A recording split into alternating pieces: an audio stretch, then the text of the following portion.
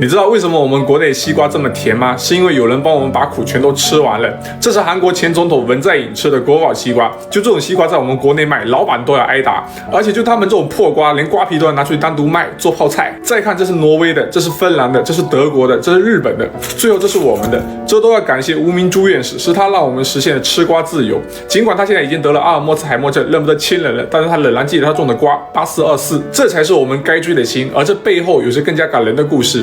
吴明珠院士他和袁隆平是同学，毕业后主动放弃北京优渥的工作，跑去新疆，发誓要把瓜的甘甜献给人民。那个年代的科学家真的都是有信念的人，他主动跑到了新疆最苦的上山县，顶着50度的高温，徒步走遍了吐鲁番盆地300多个生产队。他耗时3年，整理了44个濒危瓜种，选育出了红心脆、香梨黄等经典品种，帮助当地瓜农致富。1984年，他培育的8420西瓜横空出世，堪比西瓜界的2弹1星。听家里老人说，当时经常听到一句话，叫做8420不甜不要钱。尽管他当时已经70多岁了，他还在海南建立基地，开创南返北育，实现1年3育种，秋冬于海南，春夏返新疆，不断奔波两地，培育出了我们年年都在吃的麒麟瓜、皇后甜瓜等经典品种。他推动中国西瓜年产量达6000到8000万吨，占全球消费量的70%。但这一切的背后是常人难以想象的苦难。他怀第一个孩子的时候，在新疆土鱼沟附近蹲点，温度达到了50度，跟在火炉上烤没什么区别。尽管他瘦了只剩30多公斤，60-70斤的体重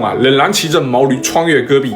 他的孩子出生3个月就被送回老家抚养，女儿甚至称呼舅妈为妈妈。她的丈夫为了支持她，主动放弃了北京的发展，来到了新疆协助她，因为长期的营养不良患上了胃癌。1986年临终留下了无怨无悔的遗言。